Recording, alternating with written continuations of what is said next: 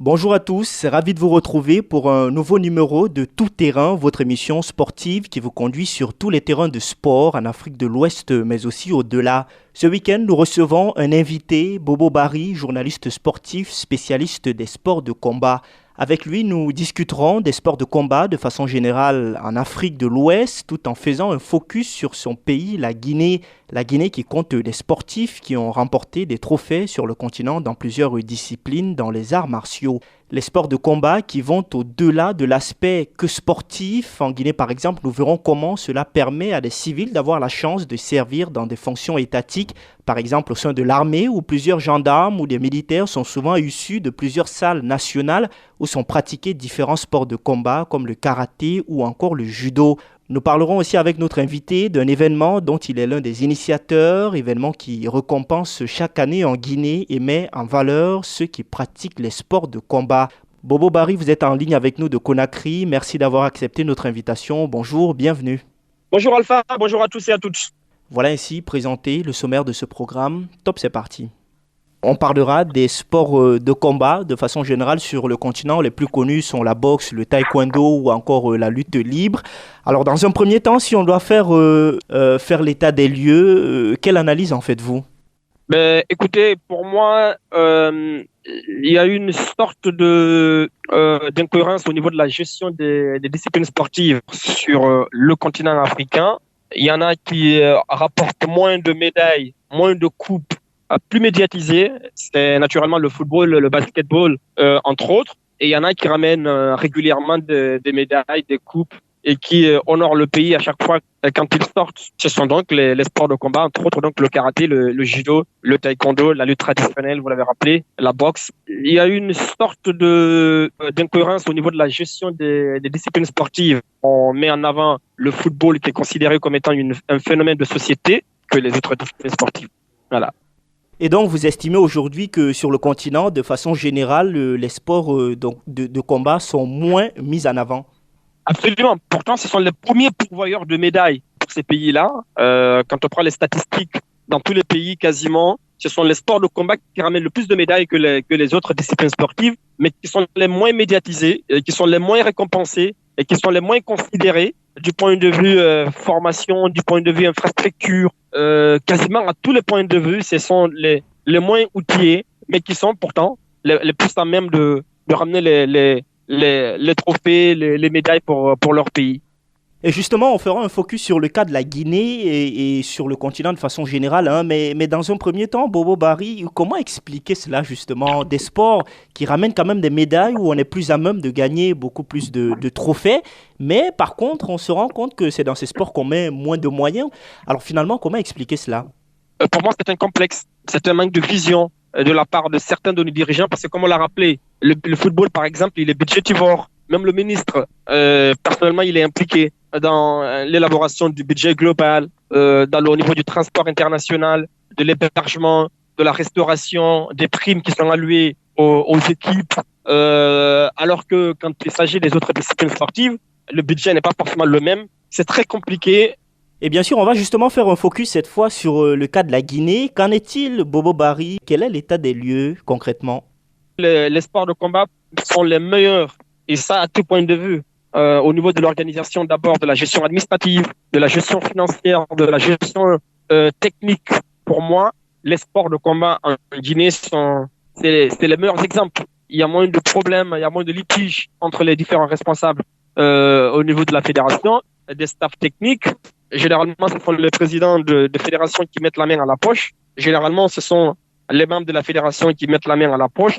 C'est pas comme le football qui a beaucoup de partenaires, qui a des sponsors à l'international, qui a la FIFA derrière, qui a la Confédération africaine de football derrière. C'est pas la même chose. Mais malgré tout, ce sont les plus organisés du point de vue administratif, du point de vue technique. Quand on prend la structure, naturellement, au niveau de ces fédérations-là, beaucoup d'arbitres sont formés régulièrement et beaucoup d'entraîneurs sont formés régulièrement. Les athlètes progressent au niveau des différentes catégories et ramènent des médailles, alors que c'est pas forcément le cas au niveau du football. À chaque fois que le karaté, par exemple, est sorti, il est revenu avec des médailles. pour la Guinée. À chaque fois que le judo est sorti, il est revenu avec des médailles. Le taekwondo, la lutte traditionnelle. Aujourd'hui, nous avons le sambo, nous avons le kung-fu wushu, nous avons la boxe anglaise, la boxe thaï. Voilà, le muay thai.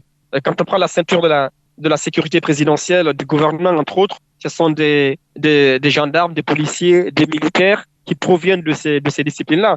Des gendarmes qui ont fait le karaté, des militaires qui ont fait le karaté, le judo. Donc, pour moi, ce sont des disciplines qui sont super bien organisées et qui méritent tout simplement l'attention des autorités, des partenaires, des sponsors. Voilà, quand tu prends le karaté, par exemple, il y a au moins plus de 14 000 licenciés. Et ça, c'est civil comme corps habillé. Ça montre encore une fois que ce sont des disciplines vraiment qui sont super bien organisées, qui ont besoin juste d'appui pour pouvoir exceller. Et justement, Bobo Barry, quel regard les autorités guinéennes portent sur ce sport dans le pays? Écoutez, pour moi, la considération n'est pas, l'intérêt n'est pas considérable. Il y a un décalage entre l'intérêt qu'on porte pour le football et l'intérêt qu'on porte pour ces sports de combat.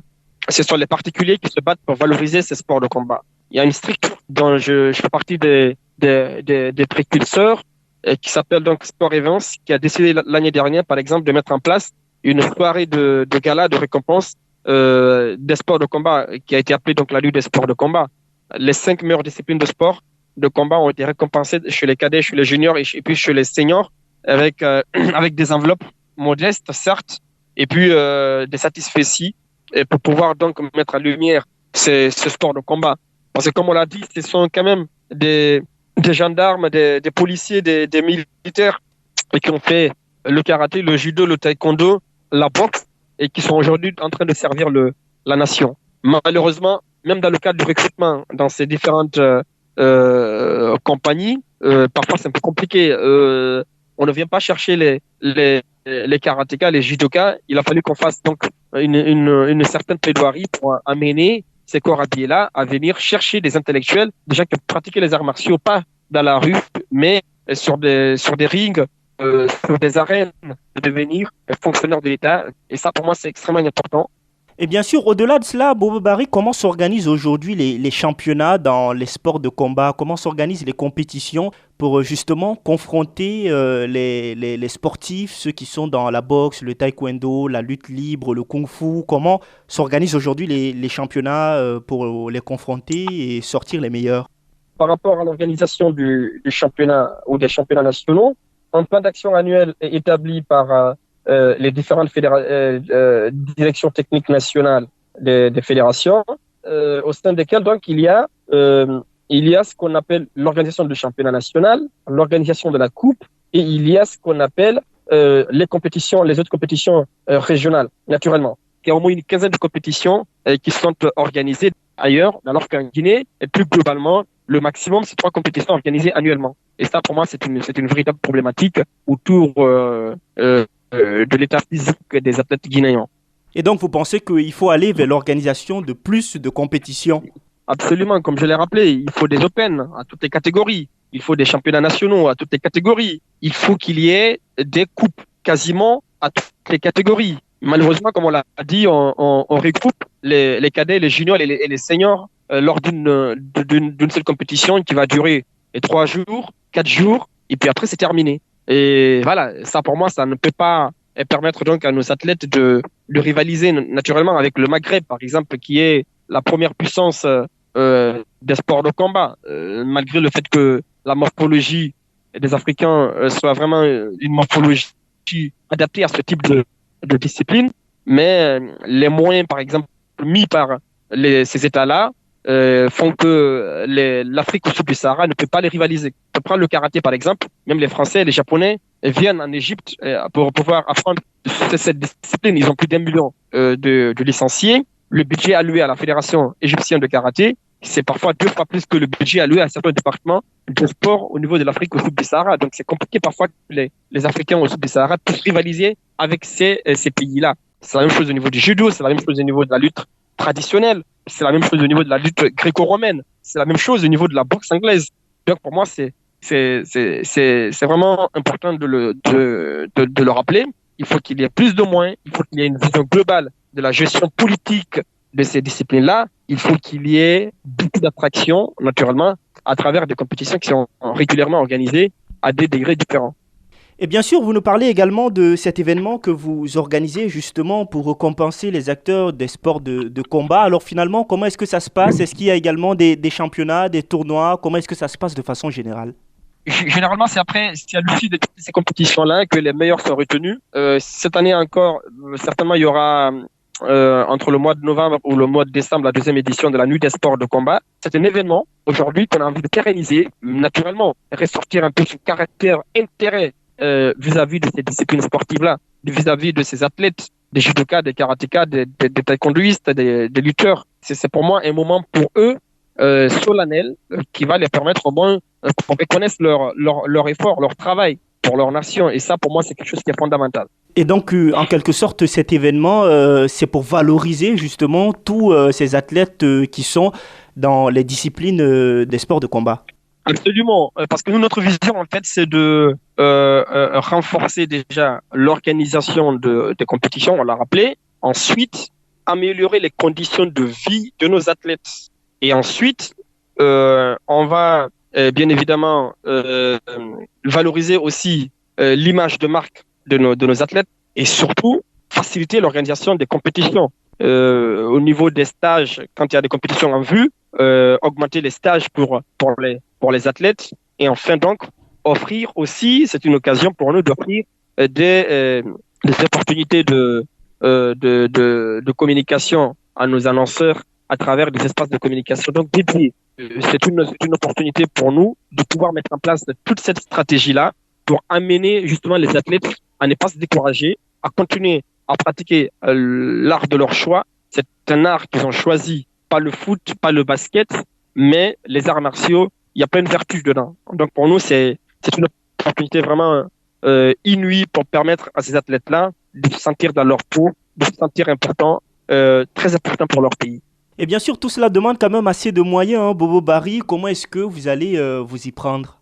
On a la chance lors de la première édition de bénéficier de l'appui d'un partenaire qui a décidé de nous faire confiance et puisqu'on a retransmis en direct et en intégralité cet événement-là sur les antennes de 6 TV par exemple. Cette année encore, le même partenaire a décidé de renouveler sa confiance vis-à-vis de notre structure et ça pour moi ça montre que la première édition a été vraiment un succès et il y aura des fonds annexes qui vont être un peu partout à travers les annonceurs, les partenaires. Ce qui est déjà fondamental, c'est qu'on a un sponsor titre qui est là, qui va pas bouger, qui va pouvoir nous apporter ce qu'on aide. Et bien sûr, Bobo Barry, comment amener aujourd'hui les autorités à plus valoriser les sports de combat? Comment amener les autorités à prendre conscience que ce sont des disciplines qui peuvent également rapporter, des disciplines qui sont porteuses aujourd'hui et qui peuvent rapporter aussi de la gloire au pays comme les autres sports de façon générale? C'est d'avoir déjà ce type d'initiative et puis les inviter bien évidemment, les inviter à venir participer à l'événement. Et surtout leur faire vivre ces moments exceptionnels et ensuite faire des plaidoiries, les faire comprendre que oui, ces athlètes-là sont des pourvoyeurs de médailles, sont eux qui permettent à la Guinée, par exemple, de hisser le drapeau guinéen lors de ces compétitions à l'international, parce que quand vous êtes médaillé d'or, on entonne l'hymne national de la Guinée, on monte le drapeau guinéen, et ça, c'est quelque chose qui est fondamental. C'est pas que ça soit quelque chose qui ne compte pas pour les autorités. Quand on monte les drapeaux guinéens, quand on entonne l'hymne national de la Guinée, quand on arbore la médaille d'or à chaque fois que la Guinée est dans une compétition, pour moi, ça doit compter pour les autorités guinéennes. Et nous, c'est tout cela qui fait qu'aujourd'hui, nous allons pouvoir les inviter à nouveau et surtout partager cette expérience avec eux. Et bien sûr, hein, dans des pays comme la Côte d'Ivoire, par exemple, aujourd'hui, on met de plus en plus de moyens dans le taekwondo et on se rend compte qu'il y a aujourd'hui de plus en plus de médaillés aux Jeux Olympiques, par exemple, côté ivoirien. Au Cap-Vert, récemment, on a vu un médaillé de bronze au niveau de la boxe. Est-ce que finalement, ces exemples doivent permettre peut-être aux autorités de se tourner de plus en plus vers les sports de combat de façon générale sur le continent? Oui, mais bien sûr. Vous savez, c'est pas monstrueux, c'est pas un hasard si c'est le taekwondo en Côte d'Ivoire a pris de l'ampleur.